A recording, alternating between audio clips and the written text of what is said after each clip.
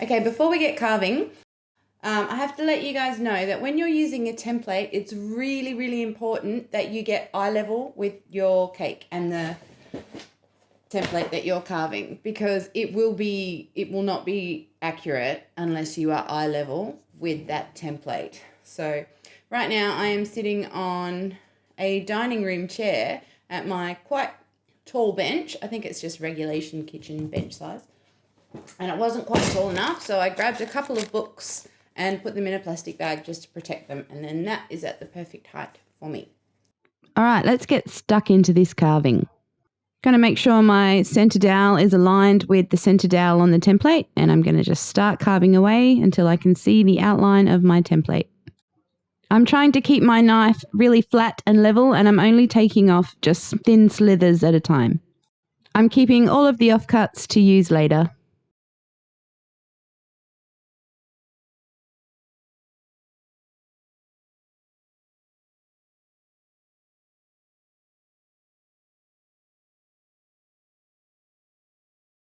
This side is looking good. I can see the black outline of the template, so I'm going to get going on the other side now.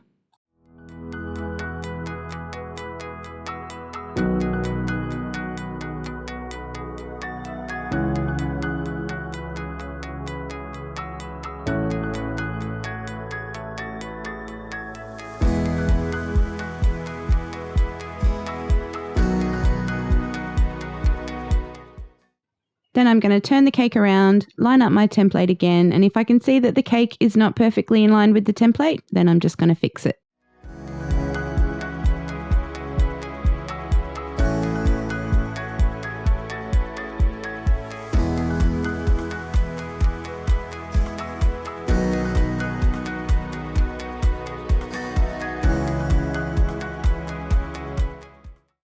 Okay, with those sides of the cake done, it's time to flip over to template 2 and carve the other sides of the cake. So same exact process here. I'm lining up the center dowel with the center dowel on the template, and I'm just going to carve until I can see that black outline.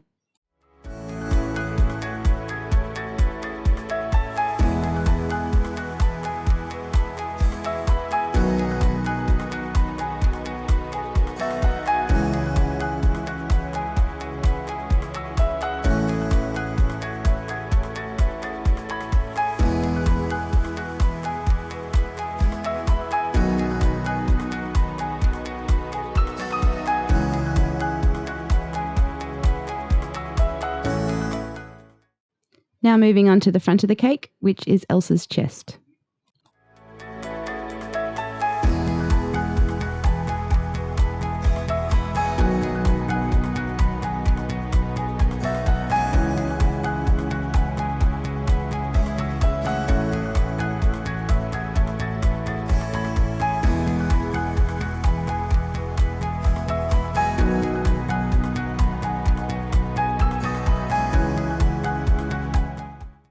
Then using template number 3 to make sure that the other side is lined up as well.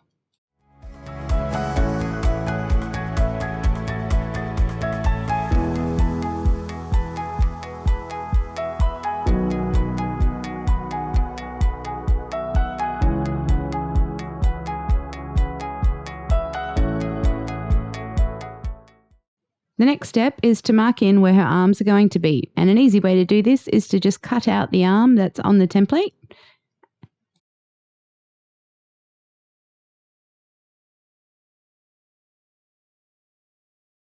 and position it on your cake.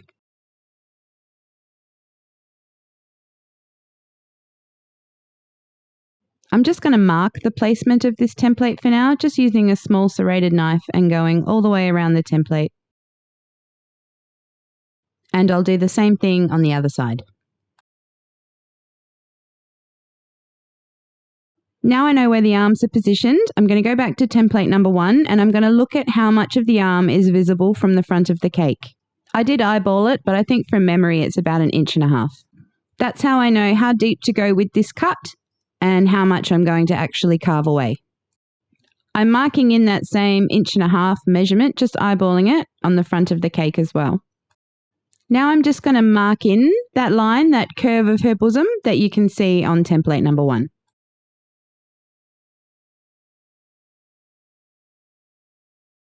And I'll mark in the shape of her boob on the other side as well.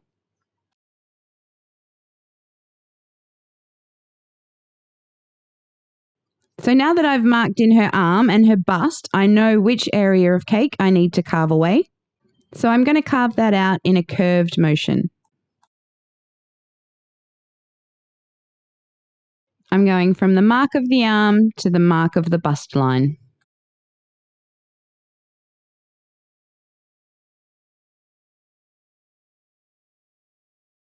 I can see that I went a little too deep with this carve because there's more arm visible on my cake than there is on the template. But I'm not worried because we're going to have a gigantic bowl of cake pop mix soon and we're going to fix that right up. So I'm doing the same on the other side. I'm going from the marking of the arm to the marking of the bust. And I'm carving that cake out by curving my knife. So I'm still working on the shape of these arms, trying to get them rounded. It's the shoulders and the arms that really lead the way for this carving. Because once the shoulders and the arms are rounded off and how they should be, you can see what else needs to be changed. So when I carve from the corner of the shoulder, I can see that there's too much chest. So that's what I'm removing now.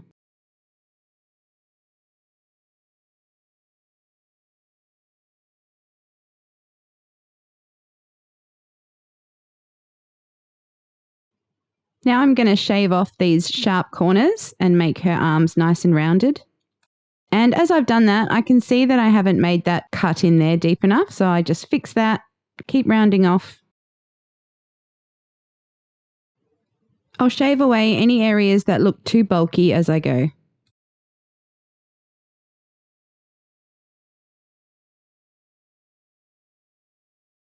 Now rounding off the arms on this side.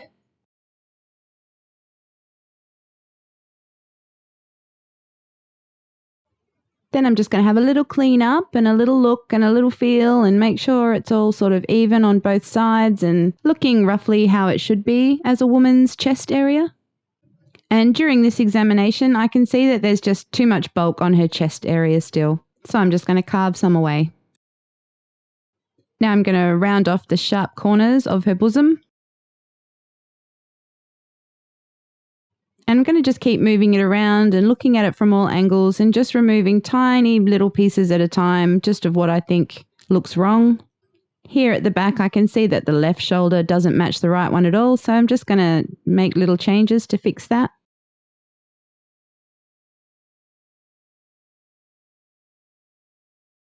Just giving it a fine shave here, just to help me with the shape. Turning my attention to Elsa's breasts now. They need to be made a little bit smaller and have a little bit more definition. So I've just carved in where the boobs end. And I'm just shaving up her chest just to make sure it's a nice even transition from bust to chest.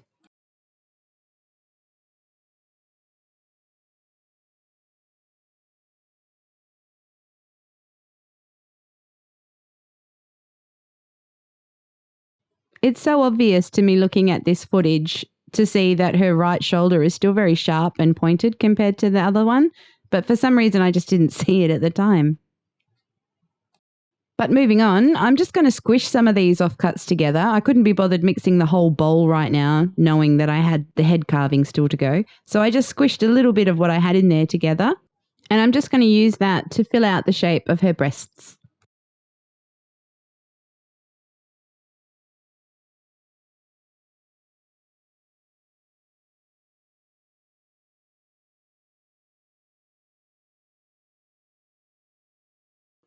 I know I'm going all over the place, but this is how I carve stuff. I just take little bits as I go and correct it as I see it.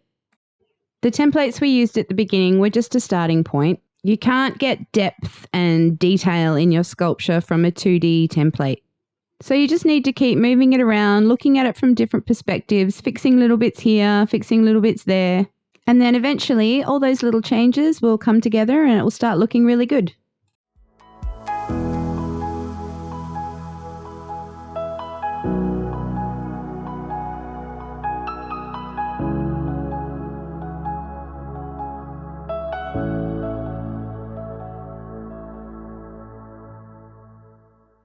And here I'm just going to mark in and carve out just a little divot just to show the difference between her arms and her back.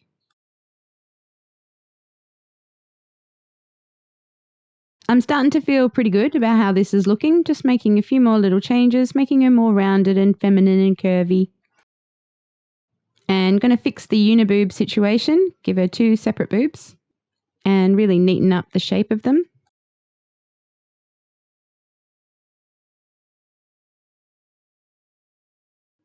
I feel like Elsa's boobs on this cake that I made came out a little on the larger side, especially once I added all the detail to her dress.